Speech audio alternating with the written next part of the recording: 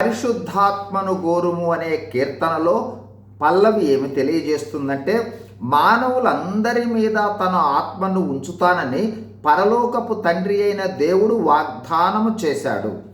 కావున యేసు ప్రభువు పేరట ప్రార్థించి పరిశుద్ధాత్మను పొందుకొనుము.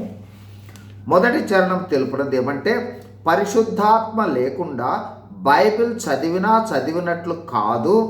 పరిశుద్ధాత్మ లేకుండా చదివితే చిమ్మ చీకటింట్లో వస్తువుల కోసం ఎన్నిసార్లు వెతికినా ప్రయోజనం లేనట్లే, బైబిల్ పరిశుద్ధాత్మ లేకుండా ఎన్నిసార్లు చదివినా ఫలితం లేనట్లు నిరర్థకమైపోతుంది. రెండవ చరణం తెలిపేది ఏమిటంటే, పరిశుద్ధాత్మ లేనట్లయితే వర్షము లేని పైరు ఎలా ఎండి జీవము లేకుండా ఉంటుందో, అలాగే పరిశుద్ధాత్మ లేని క్రైస్తవులు జీవము లేకుండా ఉంటారు. మూడవ చరణము తెలిపేది ఏమిటంటే, పరిశుద్ధాత్మ లేకుండా యేసు ప్రభువును తెలుసుకొన్నట్లు కాదు.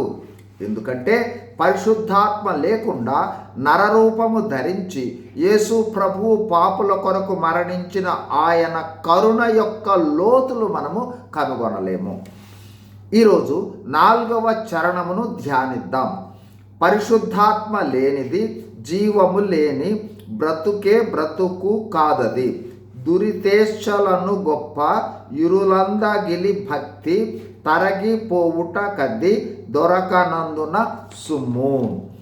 ఈ చరణంలో మొదటి భాగము పరిశుద్ధాత్మ లేనిది జీవము లేని బ్రతుకు కాదది. అంటే పరిశుద్ధాత్మ లేని బ్రతుకు లేదా జీవితము బ్రతుకే కాదు లేదా జీవితము కాదు. అంటే జీవము లేని అంటే ప్రాణము లేని మనిషి వలె ఉంటుంది అని చెప్తూ ఉన్నారు.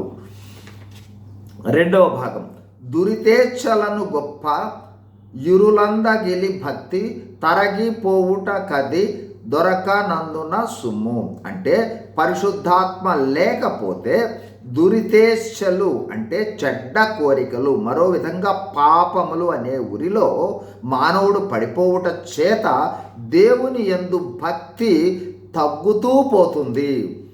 తరువాత వీడియోలో చివరి చరణం చూద్దాం. God bless you. Thank you.